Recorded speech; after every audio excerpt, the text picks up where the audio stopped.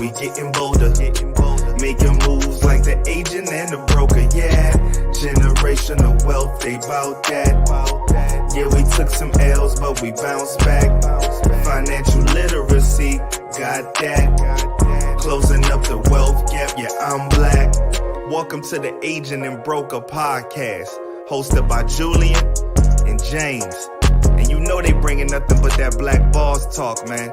Cause there's no currency stronger than the black dollar. And it's time we let the world know. But first we gotta grow though, and that's for sure.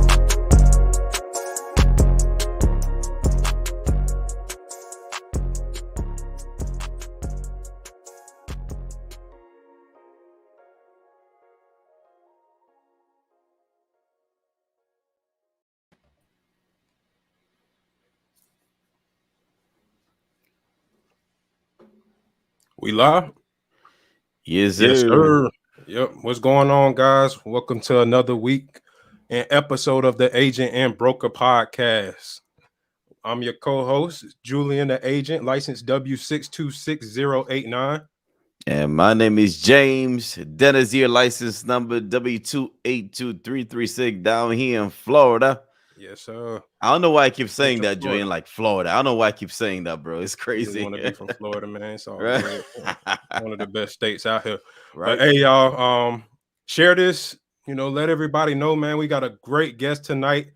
Mr. Hope Magic, Larry Hope, former NFL player, former football player. But, man, this dude is a killer entrepreneur, killing in the financial industry, in the really real estate, Airbnbs. Mm-hmm. Man, really just all around business, man. This dude is a hard worker, and we're gonna dig into his brain tonight, man. And I'm excited. I hope you guys are as well.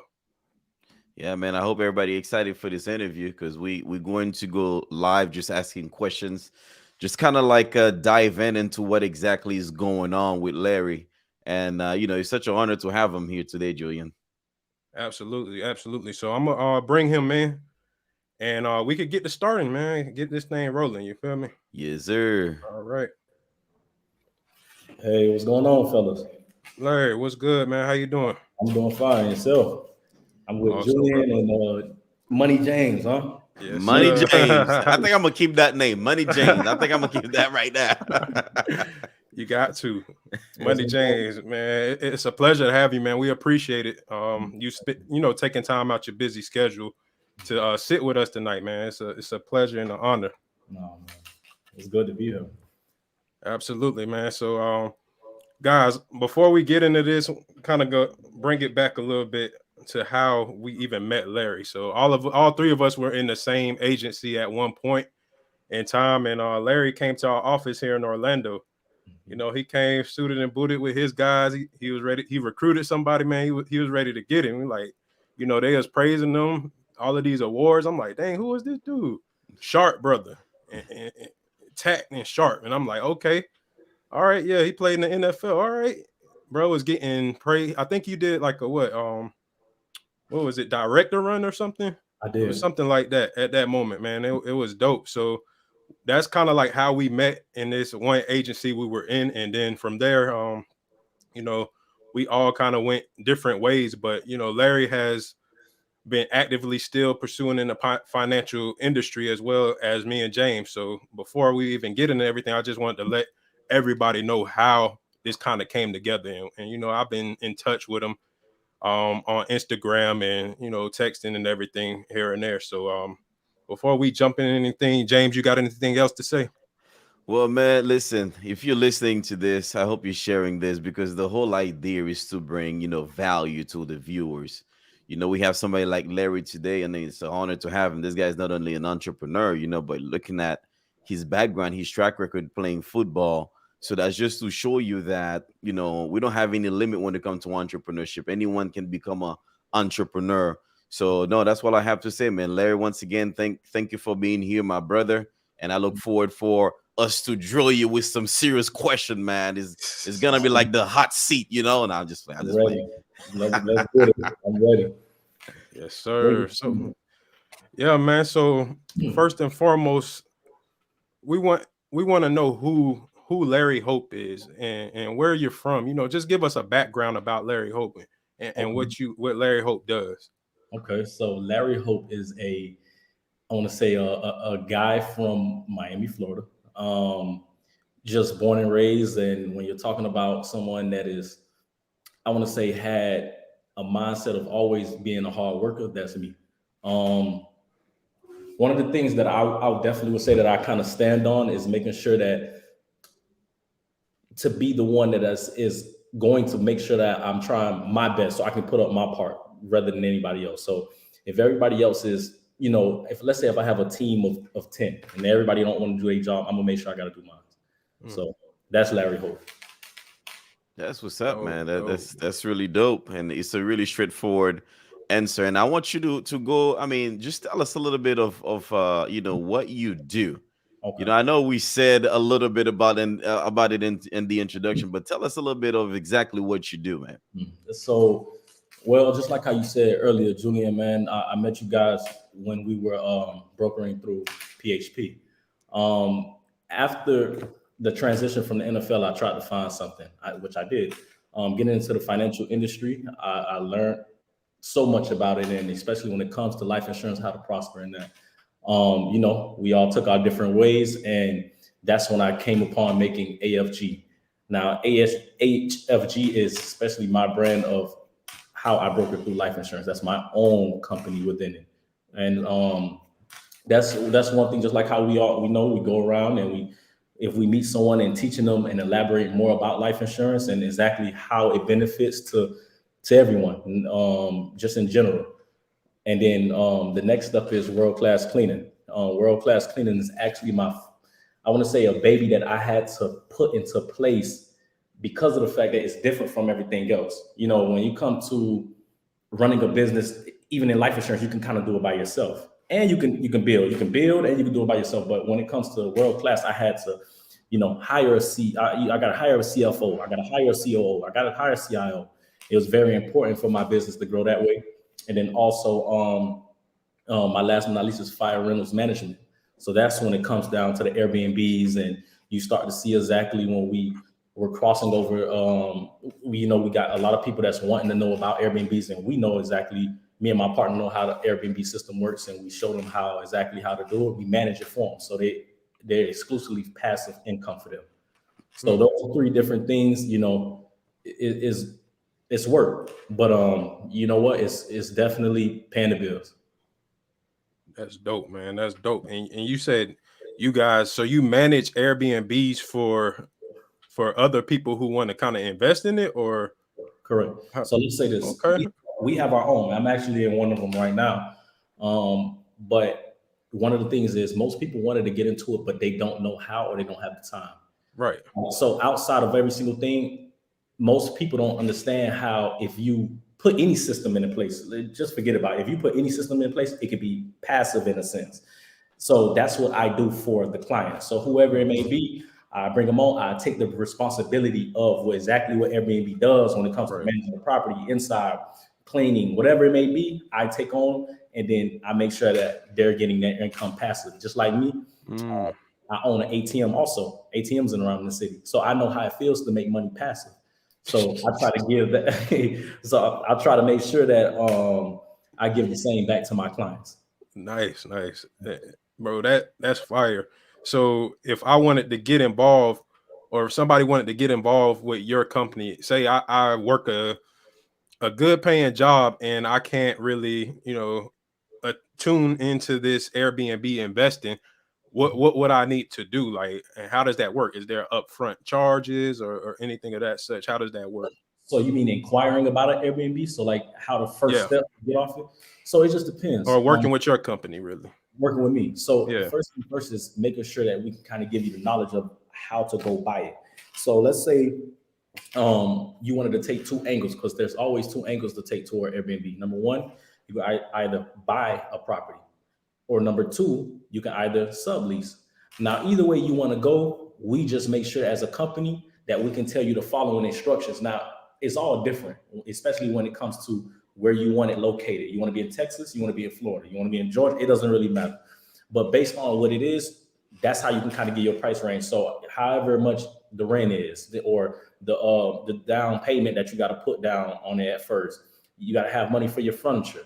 Once all those things are in place, and we'll tell you exactly where to shop, where to go get it from, the things that saved us money, and then we'll take over the responsibility, because this is one thing, most people can get into this and then go into a situation with Airbnb, meaning getting kicked off the platform, meaning losing money, getting your dates blocked out, getting kicked out of certain spots, having bad customer service. So we don't really have that at all. You got here and there, nothing's perfect, but at the end of the day, we know how to conduct ourselves within this. So for the most part, if anybody's looking to, look for and jump into the Airbnb game, we'll tell you step by step how to get into it and how we'll take over. Oh, yeah, that's straight fire right there, man. It's like this guy is bringing value, life insurance. You're talking about Airbnb. You're talking about ATM. It's like, man, that's just so much that all our viewers know that we're not playing any game. And I mean, I guess my next question to you, man, it's what does a day of the life of Larry Hope look like? It's like he's shaking his head like, oh man, you don't want to go there, but we really want to know, we really want to know as an entrepreneur, have a couple of things, working for you. What I'll say is this, and as we all know, every day is never the same. Some days I wish it be smooth. I wish it was smooth, but I have an assistant now where it's trying to make it more systematic. So, but it's still not smooth. Like imagine how my day goes. Let's say I wake up and I say I have a life insurance appointment at 8:30 in the morning. But then at the same time, there might be a problem with a cleaning, or it might be a problem with somebody getting checked in or something like that. It's never the same. So that means I have to alter. Oh, hey, listen, I'll call Melissa. Melissa, can you push my meeting back to this time? I gotta go handle this real quick. So it is when it comes to the journey of how my day goes, it's all sporadic. I'm trying my best to make it systematic, but for the most part, it's all over the place. But it's getting better. I'm not gonna lie, it got way better. That's why I'm hiring the people in place. That's why I said it's very important. When it came down to my business in cleaning, see, because this year it was different because of the fact that I ran life insurance by myself, making PHP over 100 and all that. Like I know how it feels to do something by yourself. But when it comes to, if you want to make sure that you want to make this thing systematic, you got to put people in place. Right. And so what I did was to make sure that, okay, when I recruit some people, even all these CEOs that's out here, because a lot of people are being entrepreneurs. But what's going on is everybody is coming from an industry, they're making a business, and then they want to be their own CEO. But then they really might be a CMO, or they really might be a CEO naturally, like who you are. You might not be as strong to be out there to voice the word of a CEO. Or like me, I'm not a CMO. I can't do all the marketing things. So what I did is I recruited a lot of people that was in different industries. I brought them into one of exactly what they fit. And then that's how we're making world-class cleaning thrive how the way it's thriving right now. Wow. That's fire, bro. Like, that's what's up. Dang. So y'all, you just pretty much pieced everything together and created a new company on top of the company you started. Correct. So that's fire. It tied into place because right. Within my management company, I figured out very quickly. I was like, man, I'm paying cleaners, so why won't I just do my own thing? Yeah, right. And then eventually the cleaning service got to a point where I used exactly where my upbringing come from as the Dolphins. We was blessed to I had a meeting to sit down with the Dolphins owner, and they allowed us to become their official cleaners. What? Now, for the stadium to be but it's coming with a lot. So we're heading in that direction, and every day, like you said, that's more of a headache in a sense, but it's gonna get there. But like I just wanted to make sure that I kind of put something systematic where it's not taking up all my time. I'm not trying to be the richest in the room. I wish I have everybody in there with me. I'd rather have pieces put together so I can still live my life, but then also I can be great at exactly what I'm doing. Right. 100%. That's growth, man, honestly. And what's really great about that is that you can identify that. And kind of going into the next question, it ties in with what you just said, how everything is all over the place. when it comes to your mindset, and I know football players can relate to this. You played the defensive back.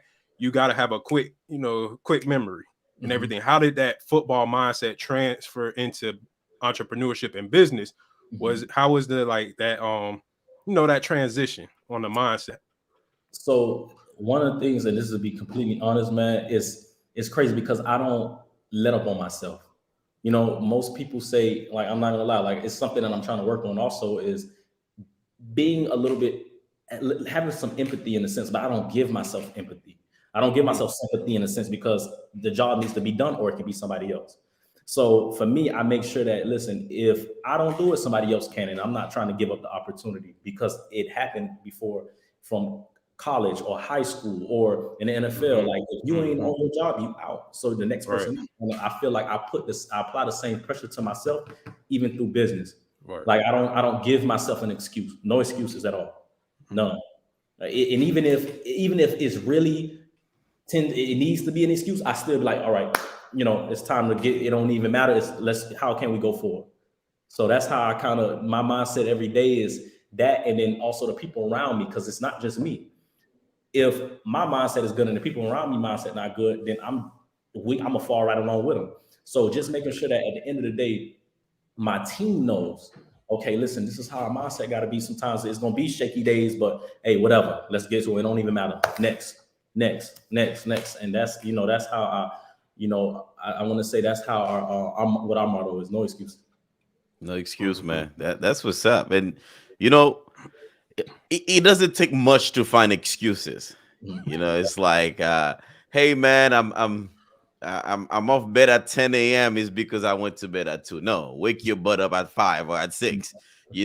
So it's really easy to find, excuses.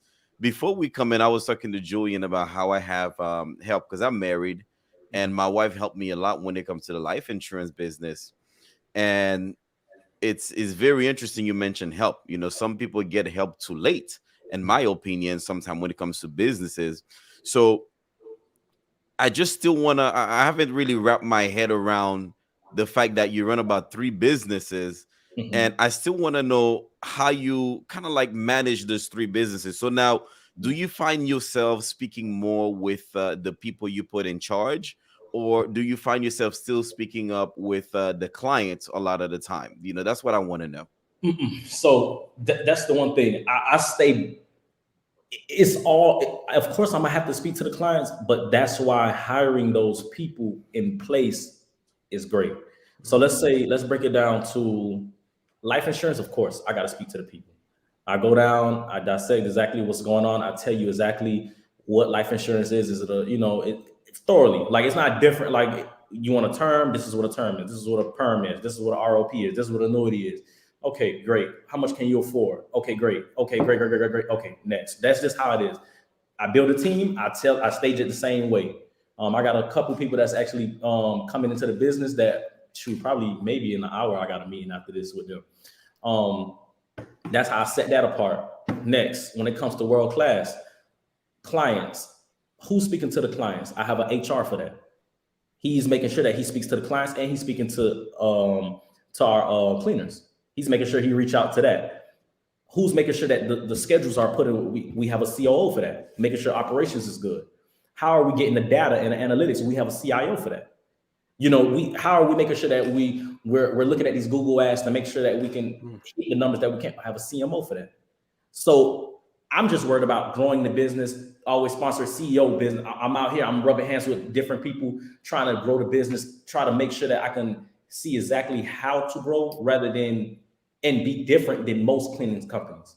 I'm not looking to be the average mom and pop shop cleaning company. That's not what it is in the first place. But for the most part, people are asking like, dang, I didn't know that you were going to be at this dollar amount in a matter of these many months. Yes, because our structure is different. In 2022, I made it different. Like 2021, of course, I said, you know what, I can do this because I know I got the hustle in me and this. But 2022, I said, you know what, I'm gonna run this like a real business. Most people that's business nowadays, we run, and I get it, you're gonna be everyone. But I figured out very quickly, like, man, if I had these people in place, that means somebody else is figuring that part out within itself. Of course, we have our operation meetings on Sundays, and then I have my board meetings on Sundays.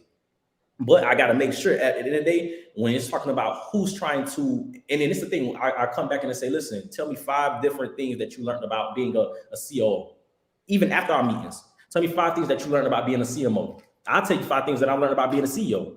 I'll take, because the difference is business, and I'm gonna look at it like this. If we were making billions and billions of dollars, and I said, you know what, I want to sell pencils, I'm going to hire an operation team. I'm gonna hire a CEO, and I'm gonna tell the CEO what to do so he can hire his CFO, his CMO, his CIO, his CSO, his COO, his biz dev, his HR. He's gonna hire that. But see, what happens is when you start up a business, you're everyone. And so for me, I said, you know what? I did that at first when it came to life insurance, and it was kind of harder for me, but it don't give you don't really need a CIO and a CMO when it comes to life insurance. Right. And then when it comes to the management company, I didn't need that either, because at the end of the day, it was just me and my other partner, and we was running it correctly. And then we have every Airbnb or Verbal and all these other platforms that's filtering us this. But when it comes to the cleaning company, I had to really adjust and say, this is how it's going to be ran. And I watched, you look at bigger business like Amazon, or you're looking at Facebook, and you're looking at Google. They don't have, it's not just Jeff Bezos in the room. No, he has these people, his operation team in order. Right. Patrick, he has his operation team in order. Why? Because that gives him the flexibility to worry about exactly what he's doing. 100%, man. Yeah. I think you're like 100% clear on that, bro. Yeah, you had it in the right direction with it. Like you've been around. I mean, of course, you're from South Florida, and you've been around greatness and people who have been in these big places as well. Pretty much seems like for a minute, man.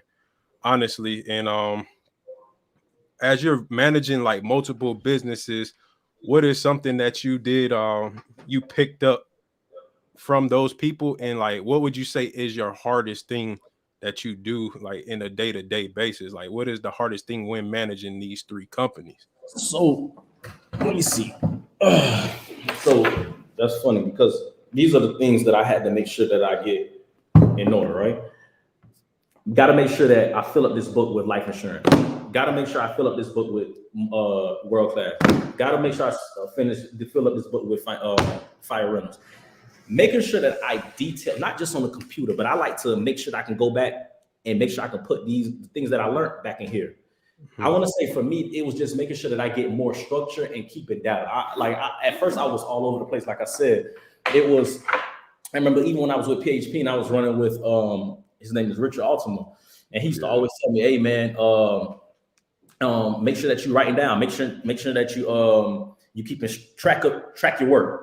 I don't need to track work, man. I could just go out there and do it. But see, what I figured out very quickly, I want this business. I'm not doing this business just for me. Like when I finally have a child, my child should be able to step in this business and run it without me. I just gave him the platform. I can just give him this and he can go over the agenda. Right. And I just want to make sure that I can give that meat. And at the end of the day, at the end of the night, I got to make sure, even though I set those people up, the CMO, the CIO, the CO, I still got to go back at the end of the night and figure out, okay, how can this be better? How can this be better? And then try to figure out exactly what it is to even challenge them even more. So these 3 books that I got from Walmart, and I said, you know what? I got to make sure I can easily do it on the computer, but I want to make sure I can write it. What do we say? Write it in blood. And that's kind of the thing that I stay by every day. I want to make sure I look over my notes. I make sure I look over the analytics of things, and I can go back. And then even if I hand it off to somebody, they can keep this business, even if I'm never here or not. That's what's up, man. Wow. That's what's up. Listen, what we're bringing tonight to me is something very special. You know, it's extremely, extremely, big to see a young African man is telling you there is no excuse. He's gonna get the work done no matter what. He's gonna put systems in place to make sure that he can pretty much carry a legacy.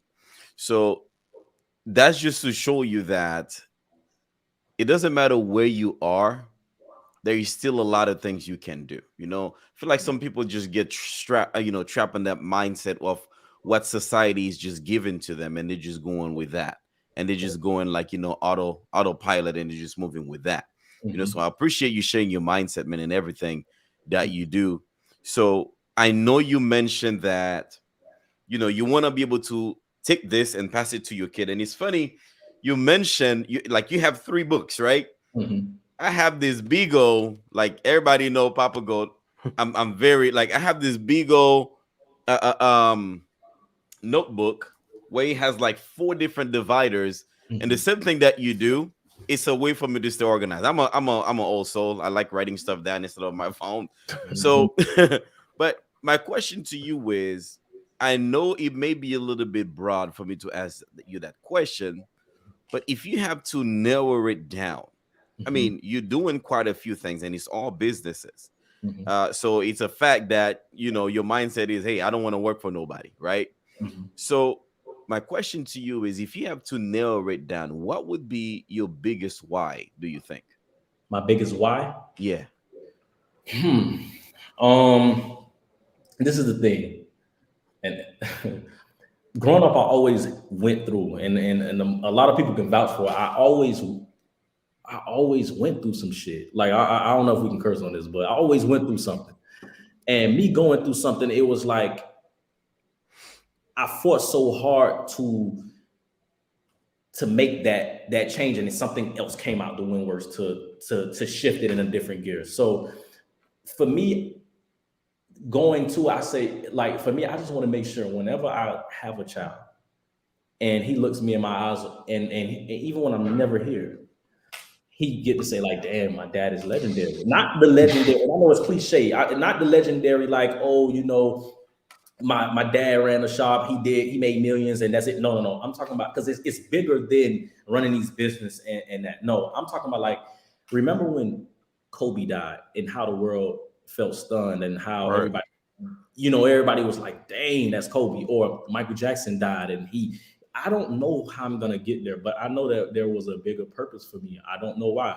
I'm not gonna say I'm the smartest person. I'm not saying that. I'm not saying I'm the most artistic person. But one thing that God, I'm not gonna lie, one thing that God blessed me with is a drive. Mm. That my drive, and I can say that my drive is what's keeping me going. I don't like to be last. I always wanted to be first. And even if I wasn't first, I gotta aim for first. I want to be better than you. I'm going to be better than you. So that is my drive. And even if I'm not there, I got to eventually get there, or I'm gonna die trying. And so that's my why. So eventually my son get to see me and say, man, at least my dad is being legendary. I'm gonna keep fighting for that. Mm. Yeah. Wow. What's up, man?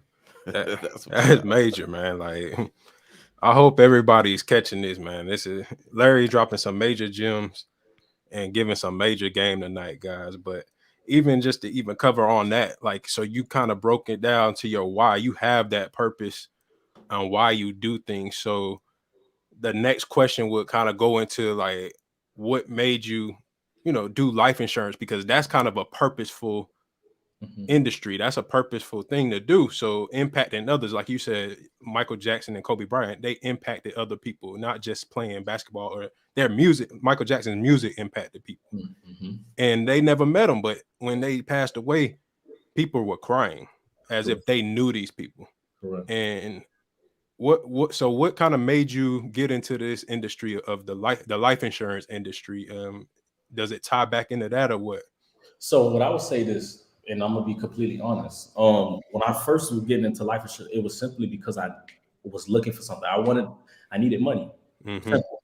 Now, it didn't matter where the job came from. I was actually looking for a job, Right. just to be honest, because I was like, man, dang, I'm just leaving the league. I need to have my money until I bounce back to Canada.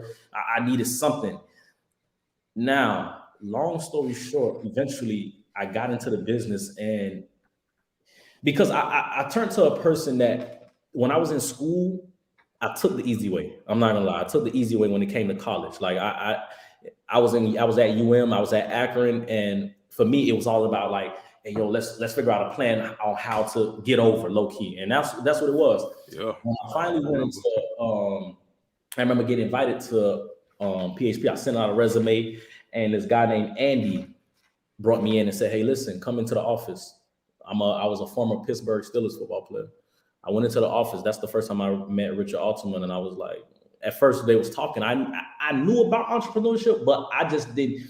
the timing, you know, when you're trying to figure something out, I was looking for income. So I was looking for a salary. I was trying to get comfortable, but it seemed like again, God wasn't even pushing me to that, because this person reached out to me and told me something about, he told me, hey, listen, this is what it is. This is how life insurance get paid. And I was like, dang, it's good.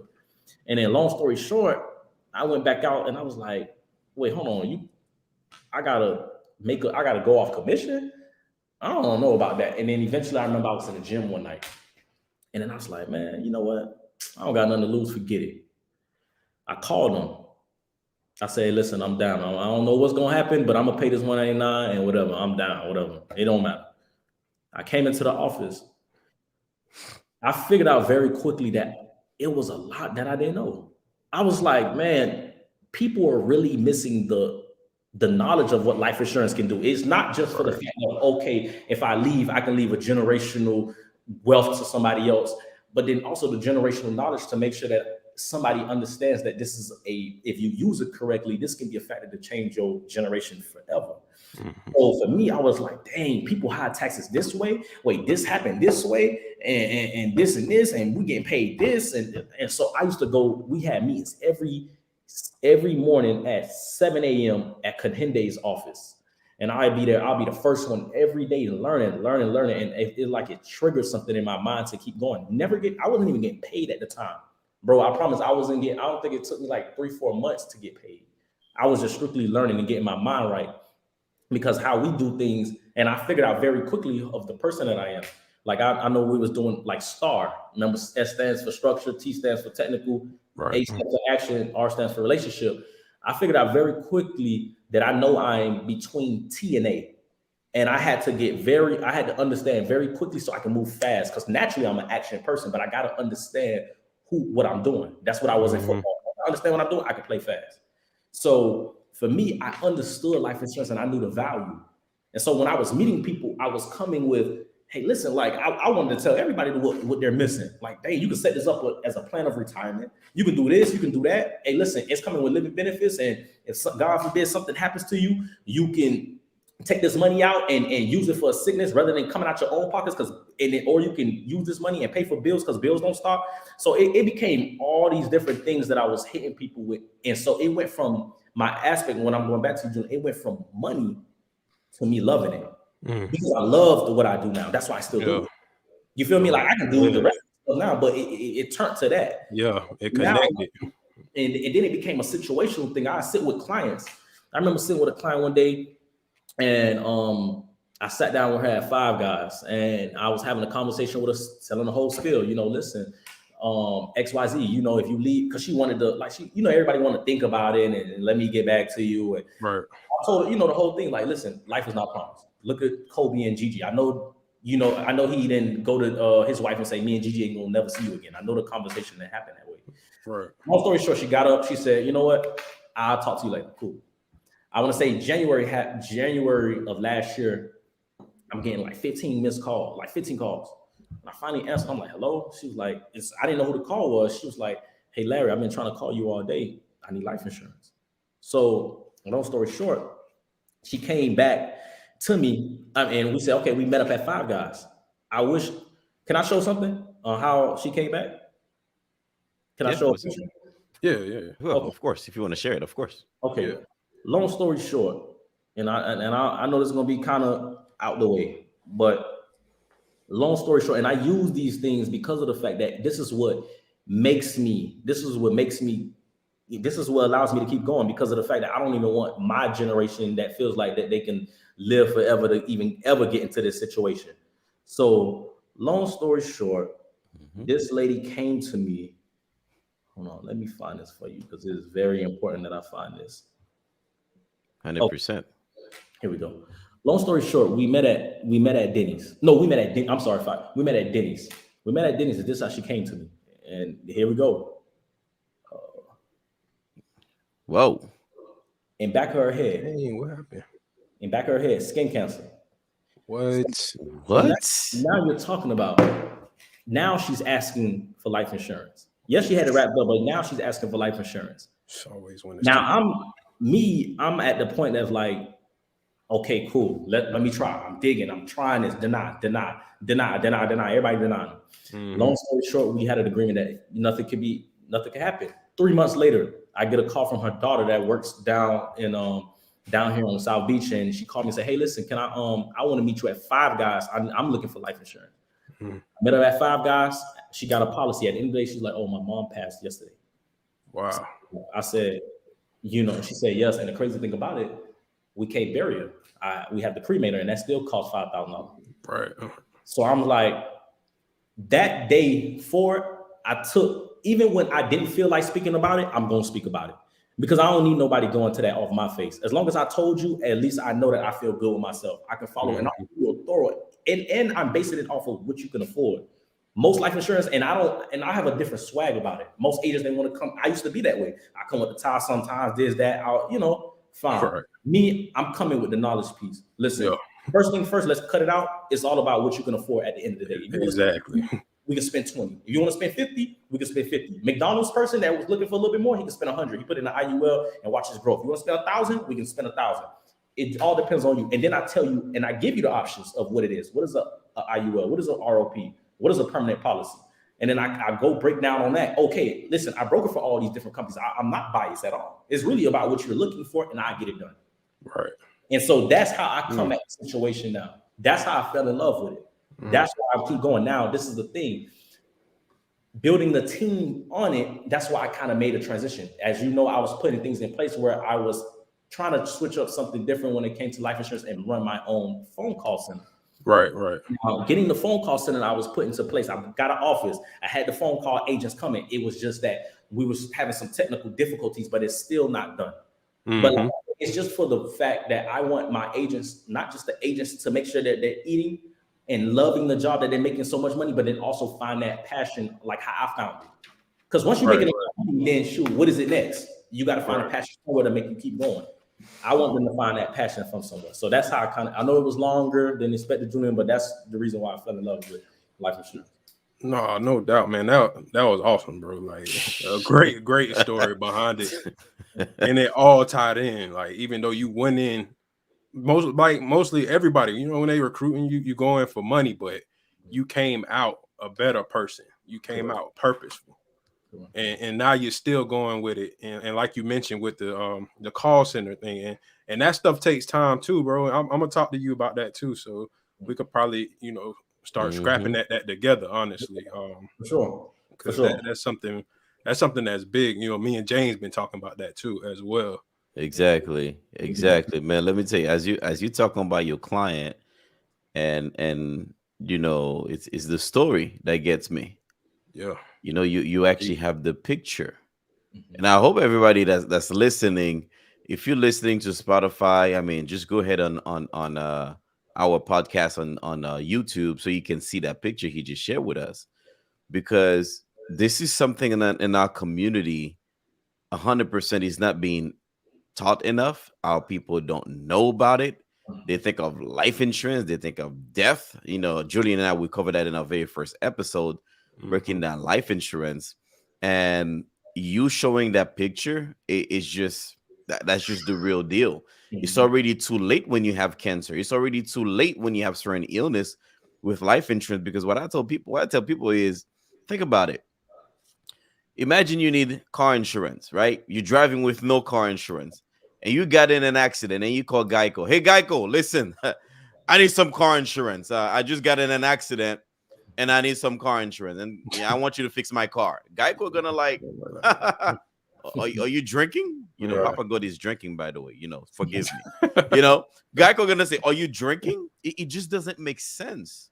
So you can't call me after you get in a car accident to fix your car for you, and that's when you decide to pay me. It don't work that way. You call me when your car is in good shape, and in case you get in an accident, you have some good record, and then I approve you for a policy. Then I'll fix your car. You make me the first payment, and tomorrow you get in a car accident, I'm gonna fix your car for $10,000-$20,000.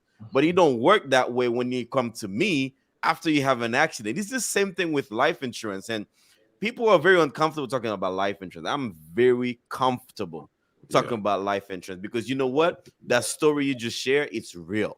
It's 100%. You met with that family. You met with that young lady. She want to put it to the side. And then guess what? A few days later, a few months later, skin cancer. And with that, the daughter comes to you and say, hey, I need life insurance. And by the way, my mom just passed away.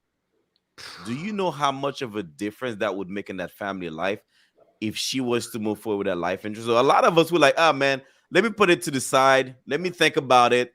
I'm telling you right now, man, it's BS. I don't care who's listening to this because I get too passionate about this. I've been licensed since 2015. When I get agent like Larry and Julian trying to make a difference in our community and we still be ignorant, listen, go do your research. That's fine. But I can bring the research to you because I'm educated. I'm licensed. That's one of the most thing. Oh, I'm going to make my research. Make your research on what? You're talking to a licensed professional. For sure. So you watching this right now, I want you to call Larry. I want you to call Julian. I want you to call me. It don't matter who's watching this. Get yourself life insurance, man. Because whenever we think life insurance in our community, we think of death.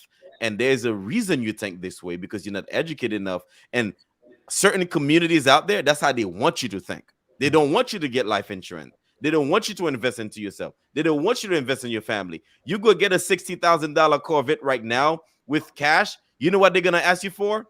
Car insurance before you drive it at the lot. Oh, yeah. But here we are, the most thing that is very precious of us, which is life in our family, we're not even protecting that. So I'm okay talking about life insurance. You want to be ignorant about it? When somebody dies, you're going to think of me. You're going to think of my face. That's what I tell my clients. Those who decide to be ignorant about it, Larry, I say, hey, one day you're going to think of me. You know? So it's a very strong story you shared just now because it's real. You show pictures. And as you showing pictures, you know what comes to my mind? I believe last Tuesday, we have somebody we know that passed away from, our team. We went to this family. We offer life insurance to the mother and the kids, right? Guess what? Same thing. Kind of brush it to the side. They start the application. They start, giving us basic information. Like, you know what? And guess what? Hate to say it. The mother that was passing, putting things aside, she said she want life insurance for herself and her kids. One of her daughter just get in a car accident and die. 22 years old. 22 years old. And you know what? It hurts me when I'm scrolling down Facebook and I see a GoFundMe. But at the same time, I said, you know what? We did our part as an agency to come to you and give you the value of life insurance. And you decide not to do it. It's crazy. It's crazy what our people thinking out there. And when I get so passionate about it, people think I'm mad. No, man, stop being so ignorant. Get yourself some life insurance. You a mom, you a dad. What happened to you if you pass away tomorrow? And somebody say, life insurance is not for everybody. Don't get me wrong. It's only for people who's going to pass away. Ooh, is that you? Oh, shoot. You need some life insurance. Like, it's crazy, man. But anyway, man, thank you for sharing that story. And I wanted to say that as well, because this is a real deal. And so many people are being victimized by rejecting life insurance because of whatever it is, it may be. Everybody have their own excuses, but it is the most beautiful thing you can do. Like Larry said, not only you can use it after you pass away, to pass generation wealth, but you can use it when you get sick. You see this lady who had cancer, he just showed a picture. Can you imagine? She said, you know what? Let me get the basic thing you have because things are tight right now. Let me get some basic term insurance for the next 10 years. All I can afford is 40, 30, 50 bucks, whatever. And Larry would have come with a solution for her. And you know what? The family would probably receive hundreds and hundreds of thousands of dollars. Or she could have saved herself with that living benefits. Got a better property. That's where I was going on with this. Or she can use the living benefit and take that money to get better treatment for the cancer. It's crazy, man. Bro, it's crazy how our people still hear it, but it's when it's too late. Most of them reach out to us. But anyway, I know we're talking about the value of life insurance, and it's a weird transition I'm about to do because earlier you did mention that at first you was looking into the life insurance industry for money, because when you look at the presentation, by the way, I know Altima, great guy, man. And if Altima was to ever see that episode, Altima, I have a lot of respect for you. But you say you went to life insurance initially because you was looking for money. You needed money, and you say, you know what, my mindset is I want to get money to, bounce back. And then you find out after the presentation, it's a lot of money can be made with life insurance. I've been doing life insurance for a while, and yes, there's a lot of money in life insurance. It's not just saving family. There's a lot of money for the agent. So I want to know from that perspective, if you don't mind sharing with us, what has been the most income, the most money, the most commission you've made within maybe 30 days, or let's just say 60 days? What have been the most commission you made? I want to go around close to, I remember in 1 month, I think I crossed over like 19,000 for the month. 19, close to 20. If I'm saying, and that was back when I was with like 19,000. And then it was the same thing here. So it was around 20,000. And that's in like 3 weeks. Wow. So you gotta understand, one sale brought me in over 10K plus. So you gotta understand, most people don't know. We get paid that year in advance, and then wherever you at, and it just depends on. And then it was, I never understood something like that. Like, dang, I can offer one sale, because I give the scenario to when I'm recruiting an agent, and even if there are entrepreneurs, if they want to get into the life insurance side, I say, listen, let's say if you sell pencils, and I'm going back to the pencil. Let's say you sell a pencil and you sell each pencil at $100. If you sell that pencil for $100, you're gonna make that profit. That person gonna give you $100. Then your profit is whatever they gave you minus what you spent on it. So let's say you spent $1 for it, and now your profit is 99. So for you to make, and for me, if I do the same thing in life insurance, if I give a client $100 worth of policy, I'm getting $1,200 back. So for me to make $10,000, I only got to sell it to 10 people. For you to make $10,000, you got to sell it to 100 different people, 1,000 different people at 100. What is it? 100 different people at $1,000, right? At $100, right? At $100. So I'm looking at it like, I only sell it to 10 people, and they got to sell it to 100. Look, my time. That's how I kind of seen the value. I was like, man, dang, they got to do extra work. I just got to find somebody that's looking to prosper. To make sure that they're looking to, do the bare minimum and say, you know what, I can spend 100.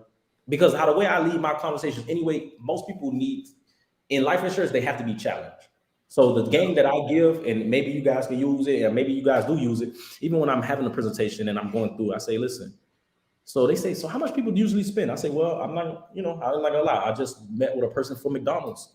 And I'm not saying this, whatever his number is, but he said he only can afford $100. So now the mindset of a McDonald's worker, because everybody think McDonald's is down here. So $100, they look at it like, dang, okay. Now their mindset is 100. So I already know at the end of the day, that's their target. They can probably spend a little bit more, but they're not going to spend less, and that's going to help them even more.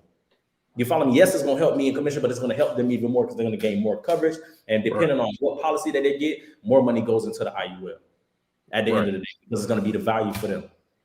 So I'm not going to say, oh, they doing $20, and I know that's not going to really fund the IUL correctly. I can't even set you up like that. I won't even fix my lips like that. But if you do $100 and then eventually you can say, I can do 150.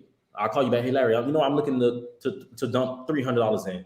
Hey, Larry, I'm looking to do this. I had clients that say, hey, listen, I'm looking to do, you know what? Better yet, that's not my highest month, bro. My highest month, see, now it's coming back. My highest month was like 28,000. But man, this guy just said my highest. Do you imagine? People make that in a year. About like $1,000 for 28 days. That's what's up. So for me, it's making sure that I bring the value to the person, but then also I make sure that, for me to keep this going, I have to get paid. Because at the end of the day, nobody's going to do something not to get paid unless you're completely focused. But for me, that's how I'll eventually transition my myself from just thinking about money to actually loving life insurance. Yeah, loving the process of it and everything. That's dope, bro. And dang, 28,000 in a month, y'all. I hope y'all heard that. If you're looking for a career, something that's purposeful, something you can help other people and get paid well, man, this is an excellent career, excellent industry to be 100%. in. And as Larry said, as he was he was already up here as an NFL player, then he transferred to life insurance for the, came in for the money, but became purposeful. And then he turned around and he made almost $30,000 in a month. So a career you're getting paid good money in the NFL, transferring to this life insurance industry, like how was that? How do you compare the two, like the competition in the two, from the competition, the pay, and the leadership around it, and dealing with life insurance? How did you compare the two, and coming from that football atmosphere to something such as financials or life insurance? Because we have a lot of football players. I know I got a lot following me. I played some in college as well. So how did you transfer into that? How did selling life insurance compare to that NFL and football? It was funny because I remember when I first got started, that was one of the biggest things that everybody kept saying to me. Like, hey, listen, outside of football, this was with PHP. Like, hey, listen, this is the closest thing that you're gonna get in the industry, not being with the company, but the closest thing that you're going to find yourself to football. So for me, I figured out, because this is like football, you're gonna go through your ups and downs. You might go 20, you might go 15 days without getting a sale. But that one time you get a sale, that's like a pick. It's like an interception. And then guess what? It feels good. And that one time, it's big on the life insurance side. That one side can be 5,000. Right. That can pay a bill. So, and then that's the same thing that I did to the agents that I have on. Like, I have a NFL player that's on my team now named DeJon Smith. He actually went 3rd round. And to be funny, just to be honest, we literally just got off a call maybe like an hour ago, and he's about to cross over in 3 days, like 5K. So you see what I'm saying? And it's just him, and he's always been like that. I think his highest month was probably like 11, 12, 13,000. But like I said, just in 3 days, he made 5K. He's just constantly going. He went 3rd round. I just told him the same thing that I was looking for. Yeah, his mindset probably came for the money, but even when I sit back and I hear him speak to agents, or I hear him speak, because we go door knocking sometimes. I'm the type of person that's gonna go door knocking with my agents. I put it on Instagram, like, man, I don't gotta do it, to be honest. Like, I'm okay. I'm all right enough. Don't have to go to that point no more. But guess what? I still like money. I still like to get money and get busy. So with him, I say, man, you know what? Let me see you do it, because I want to show him exactly what I was doing before. I used to have a younger agent named Julian that was 19. Man, he used to go to Hard Rock Casino down here in Hollywood, and say, you know what? This is what we're gonna do today. We're strictly recruiting everybody that go through this Hard Rock. We'll wear our suit. We're going, hey, listen, and we'll set them up and we'll get into the conversation. DJ didn't have that. So I brought him out on the field, and we'll pick a community. What community you want to pick? I want to pick that one. All right, let's go. We'll do 20 door knocks. Okay, let me see you go first. No, let me see you go first. All right, I'll show him how to do it. When we get in the house, we'll write up a policy. But then when it's his turn, the reason why I knew it switched from the money language to the love language is how I'm listening to him and what it compared, because he put it to football. Man, I wish I would have had life insurance, because he got injured and he had an ACL injury. And that ACL, imagine, that took 2 out of the 3 daily living activities that he could have used and took out of his to fund his. You see what I'm saying? So if he would have knew that, I sit back and I laugh. I'm not gonna say laugh, but I sit back and I'm proud, because it's like, man, he's taking it as serious like I do. Like, I wish that I did, but see now, okay, I wish turns to let's go forward now. Let's next, whatever, and let's try to inform everybody. And the next person, agent that's coming in, it can't just be strictly money, because people can tell if it's strictly money. But when you speaking on it and they feel that passion, that's the one that's gonna make them sign up and say, you know what, I feel your passion. Some people sign up with you just off your passion. Right. So you can lose a lot of deals if people trying to feel that you're there for the money. But you know, like I said, for me, it was that football transition allowed me to compare it because it's like the hard work, the ups and downs, the time where you gotta get yourself in the right mindset, the days that you don't want to do it because you feel like, man, it's kind of like practice. I don't feel like going to practice. I don't feel like going door knocking. I don't feel like making these phone calls and call out 100 people and everybody telling me no. But at the end of the day, you know, that one time that you do get, you're gonna be happy. And then imagine if you did made 100 calls and you hit 10 times. Now you're talking about you probably crossed over 100,000 in that month. So you know, you kind of I stick on the grind of that. But that's how, like, I try to always compare it to life insurance, and that's how I compare all my businesses. I mean, to football. I compare all my business to football. Any mindset, any situation I'm going to, man, is it worse than football? Nah. Right. Let's be honest, ain't worse than being out here in Miami playing 100-degree weather and you got to go to practice. Right. Or going to Canada and it's below 10 degrees. You see what I'm saying? So I compare it back to it. Man, what my coach would say. No excuses. I ain't trying to hear it. Next, you can be off the team. You can be cut. You see what I'm saying? So when you're running a business, you got to just make sure that you keep that mind. Even if you didn't never play a sport, but you got to make sure, like, man, I can be replaced. And and it's funny, I tell my operation officers that you can be replaced. You can't, I don't care what you might be a CFO today, but if something happens, you can be out of here. You still can get your money here, but you could get, I can even get fired. They can fire me from being a CEO. I'm the owner, but I'm also an operation officer. But if the board allows and says, you know what, we don't want you to be an operation no more, and we want to hire a CEO, they can fire me as a CEO, and I could just be part of the board, making, you know, the income that I put in and the past. You know what I'm saying? So definitely. So that's what I said. Like, that's what I talked to I talked to with my team. Man, that's what's up. Straight up fire, man. Julian, I mean, another level, bro. I think, I mean, so far, this is what I'm getting from this interview. Beside value, it's like you're very straight to the point. You're very clear, and everything you say is coming from the heart. Right. You know, one of the reasons I know is because me personally, I started in the insurance business for what? For money. Especially when I really get into life insurance, and I was running, and it's like every day it was just a hunt, and it felt good, and it still feels good because of what I do. And at one point you say, oh, holy cow, man, I get into this for money, but this crap is kind of special. It's not just the money gonna come, but the difference you make in people's life is just crazy. It's something people need. And if I had $1 for every time somebody said, man, James, I didn't know that. I'll probably be a multimillionaire right now, to tell you the truth. You know, because you come in with the knowledge and present what life insurance can do. It's not death. Actually, life insurance, the last thing life insurance handle is death. Right. You know, that's the last thing life insurance handle. And even if you really think about it, life insurance that handle death is called final expense. Correct. To handle your burial. See, people don't understand there's life insurance and there's final expense. Final expense is when you get older and you said, you know what, I need to take care of my family. I need to go to my burial.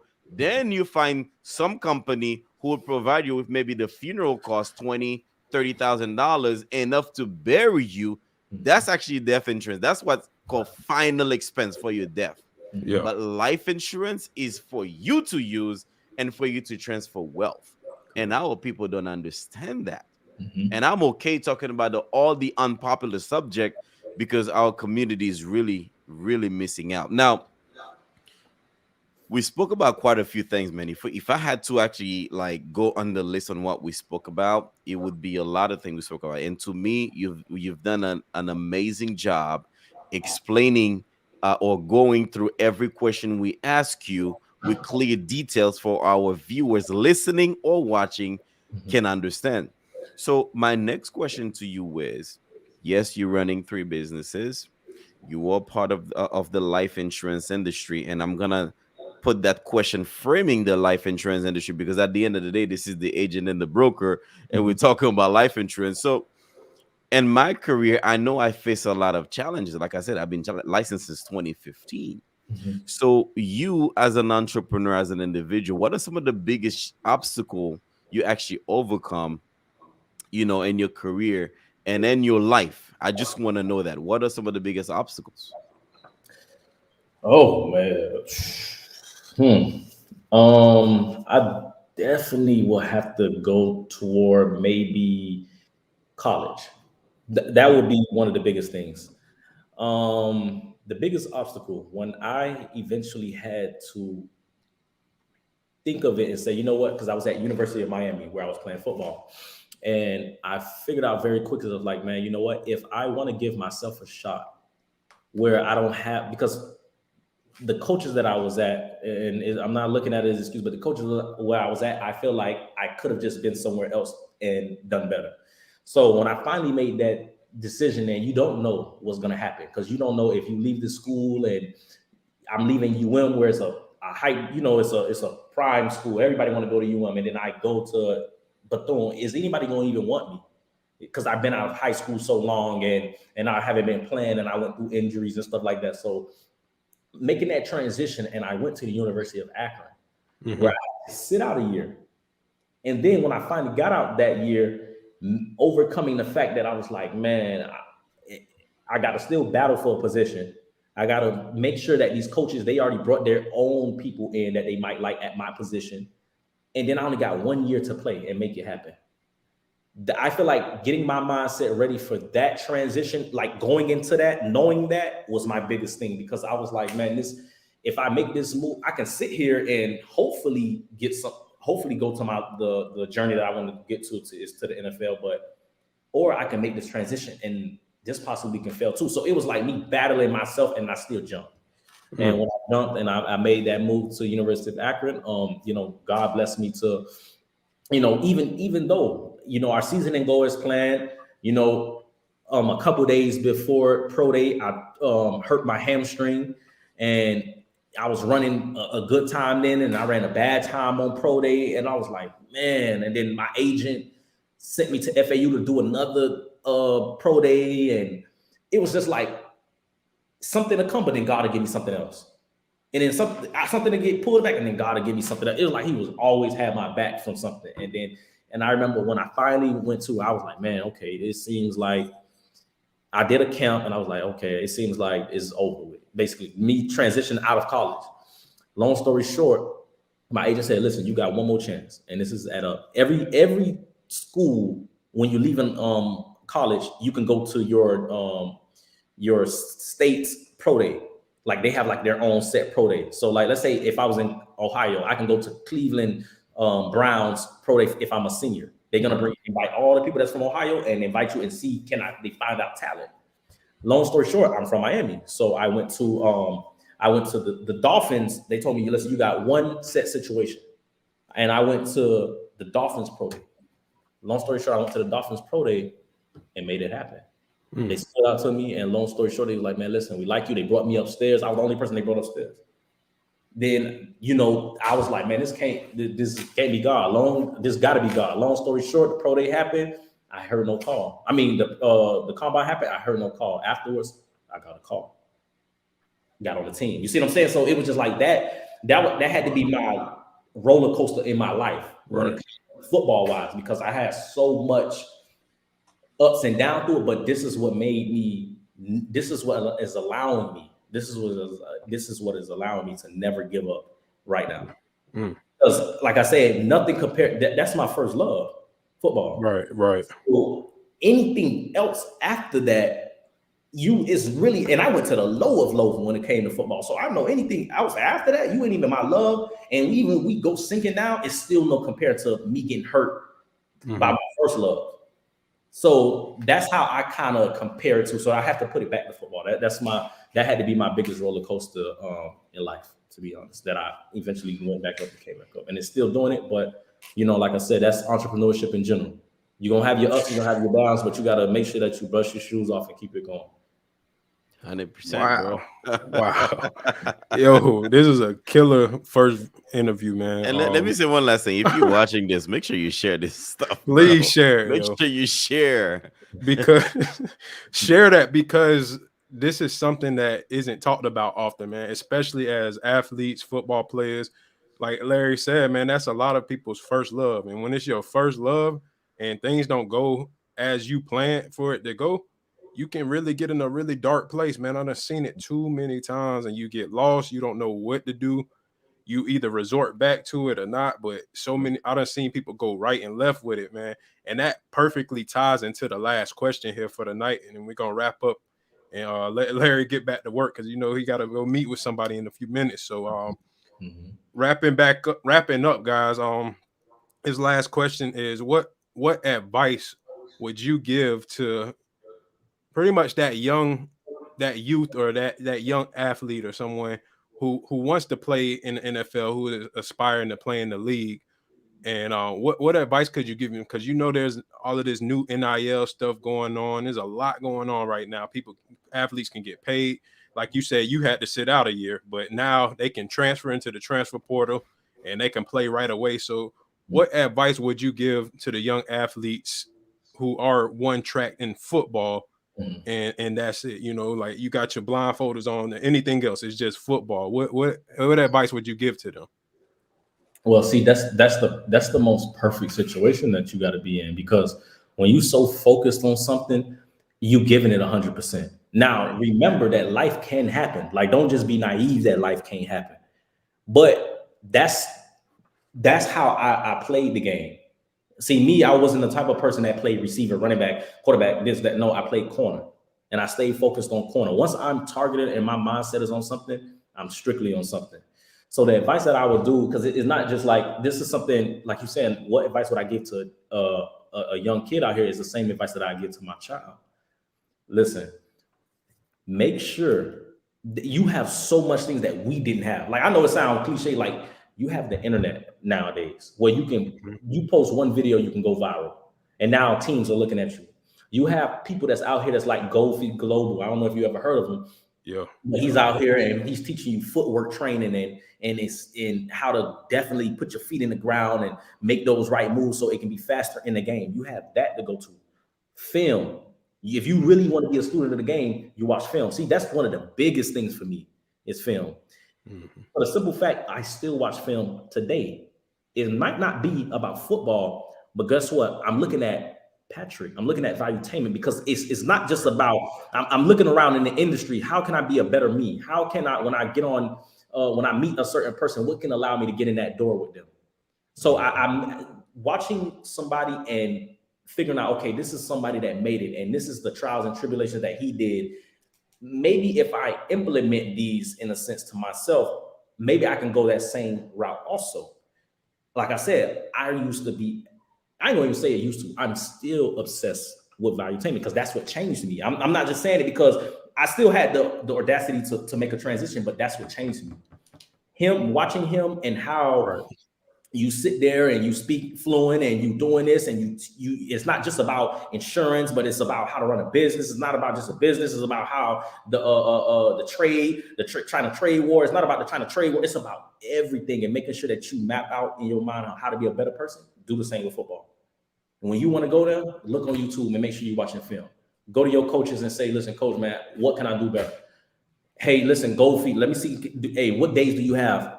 Let me do ice tub. Let me make sure I'm taking care of my body. Let me make sure that I'm eating correctly. Because without that, you eating wrong, you definitely might not want to, you might not have the energy to do what you was going to do the next day. Making sure that you taking it like a professional early. Because look at LeBron's situation. His sons come in, they already looking professional. Because they got from day one. So, but a lot of people are not in LeBron's kid's situation. So, but guess what? You can put those pieces together in your community to act like that. And if people see that drive in it, they'll do it for free for you. Or they'll do it for little or nothing because they see it in you. Like, you know what? One day, man, you don't got to pay me that, man. You good. Because that's what happened to me as a shorty. And at the end of the day, I didn't have as much as they have now. So, and then making sure that you always have, you're knowledgeable of things, because that's one thing. I was so focused on football that I wasn't focused on, making sure that reading is very essential. I try to make sure that I go in Barnes and Noble and I gotta open up a book and learn. Richard ultimately is actually the person that made me do that. Like, it's funny. Like, I got to give it to him, because before I used to be like, hey, make sure that you read sometimes, man. Like, I know you out there running, but sit down and read. Even though I used to like watching the video, but something about reading, it stimulates your mind, and it allows you to go through that flow with yourself. So just making sure that you have a backup plan too, but also making sure that your number one is your number one. So that's what I kind of tell my son and that child that's looking to make it to the NFL. Dang, man. I hope y'all sharing this, man. Hope so. Get this information out there. 100%. We definitely will be getting it on it'll be on iTunes, Spotify, Google Podcasts, everything of that such. And Larry, before we do go, man, let everybody know where they can reach you when it comes to anything like Airbnb, if they want to invest into that, life insurance, anything of that such. And then if anything, for anything, where can everybody reach you at? I got your Instagram down here. So I definitely see y'all with the Instagram is Hope Magic too. A lot of people down, I don't know where you guys are from, but even if you're looking to have an Airbnb, no matter what state you're in, it doesn't matter if you're in Las Vegas, whatever. If you're looking to have an Airbnb, just DM me and we'll make sure that I'll take the time out. Me and my partner will get on that phone call with you and show you step by step on how to do it. Like, we closed in on another one. This will be our 17th property that we have. And, it's funny because I remember when you have one, and I'm actually in one of the very first one that I had right now. Like, I'm in the actual like auditorium room that we had. So it's like when you first do something and you look back and you're like, damn, I'm on number 17. It's kind of like it's like a little accomplishment. And then one day you're going to get to 100. Oh, but like I said, I teach my clients that, listen, you are number one, but eventually you'll get to 100. And guess what? It's all passive and you're not doing anything at all for it. So yeah, I can reach me at that Instagram and then we can have a conversation. Yes, sir. That's what's up, man. That's what's up. And before we go, this is the last thing I'm gonna say. As any of the viewers who's watching or who's listening, I'm actually from Haiti, and as you were breaking down with a child who wants to go to the NFL, what they need to look at, you mentioned a couple of things I wrote down. You're looking at to watch fam, and you have the internet. And to go a second layer down that, because I know you said a few things, two things caught my mind. To go a second layer, I'm here speaking and you're listening to me. One thing I would say, hey, you know what you have? You have clean water. Correct. You have hope that even if you don't have money, you probably can get a box of cereal or something. See, the thing is, I come here to this country because my parent was seeking for political asylum. And many people don't know what it's like to live in a third world country, Larry. And as you talking to this, I'm like, man, that's a step above me right there, man. You talk about internet? Like, bro, I didn't got no damn clean water. Like, the water I was drinking was not safe to drink. Right. Like, where we had to put bleach in the water to make it a little bit more safe to drink. And now we're talking about the internet. We're talking about watching fam. So this is why I get so passionate about entrepreneurship, because since 2015, I got my license. Starting 2017, I never clock in for anybody. And we got people walking around here with all these resources, and you don't know what you have in this country. You know what you have in this country, and Larry is one of the best examples we're going to have in this show. You have an opportunity to put yourself in a position to live the American dream. That's how far I would go with this. Because you know what? Our people, somebody just commented, you have electricity. I didn't have electricity 24/7 like we have here. When I go to my grandma's house, we used to light candles just to see around. Thank you, Sabrina, for mentioning that. So it's like we here in America, like, hey, man, you have the internet. Hey, man, you can pick up a book from Barnes and Nobles. Hey, man, you can do this. Hey, man, you can do that. Bro, you got clean water and electricity. What else do you need, bro? Right. You'd be surprised, man. So this is why I get a little passionate. People say, I get Yeah. mad, but I get a little passionate about our ignorant black men out there who decide not to do anything with the American opportunity. Now, do I believe the system that is structured is actually somewhat against us?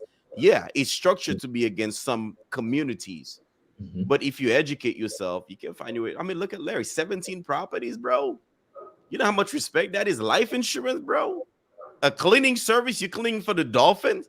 Before you know it, it's gonna be all the NFL team have Right. one company to go to for cleaning. Bro, what's your excuse? You're here in America. Makes sense? So that's what I wanted to say, man. Like it's crazy how people are so passive and they think, you know, they're gonna live forever. We're not gonna live forever, man. You heard that story. The woman, she was probably very young. She got cancer. You about my story. This young lady who just passed away, she was 22 years old. You're not here forever. Mhm. So let's get our stuff together, man. As young African American, and I know there are other races watching this. You too, get better. Let's get better together and really seek to be in the circle around people who's gonna bring us up. How about invest in an Airbnb? Call Larry up, man. He'll tell you everything. But Larry, that's all I had to say, man. Julian, I think that was like Absolutely. a great guest to bring in. And Larry, you bring a lot of hope, like your last name, and you bring Yes, a lot sir. of a lot of fire here to this podcast. So I just want to say thank you for coming to the Agent and the Broker podcast, brother. I appreciate you guys, man. Y'all keep killing the game too. I can't wait. This is the thing. Just like I said, one day y'all looking at episode 1, and I don't know if y'all familiar with EYL. Oh yeah. I watched them grow. I remember when they had maybe, what was it, like 8,000 followers? Yeah. What They had, started on the iPhone. Yeah. So now I can't wait till one day I get to come back, and hopefully y'all bless me with that too, to come back one day when Oh yeah. y'all come back. You already 100%. know. Pinnacle. You Trust me, I already know, can't- man. but y'all doing great. I can already see it. I know y'all got two. Most people don't know they got two monsters right here. Especially, like I said, me and Julian had a conversation all the time. I already know what Julian's about, and I definitely know what James is about because he was running that Orlando office like it was none like. Yeah. So I Yeah, remember, boy. I remember sitting in there and sitting there and it was doing their thing. Yeah, trust me, I remember. So I'm glad, like I said, I'm glad and I'm thankful that you guys have me, and I guess we'll talk later. Yes, sir. We appreciate you, man. You have a good one. You also. And guys, everybody, y'all have a good night. Thank you for tuning in. Another episode of the Agent and Broker podcast. Good night, everybody. Night. All right.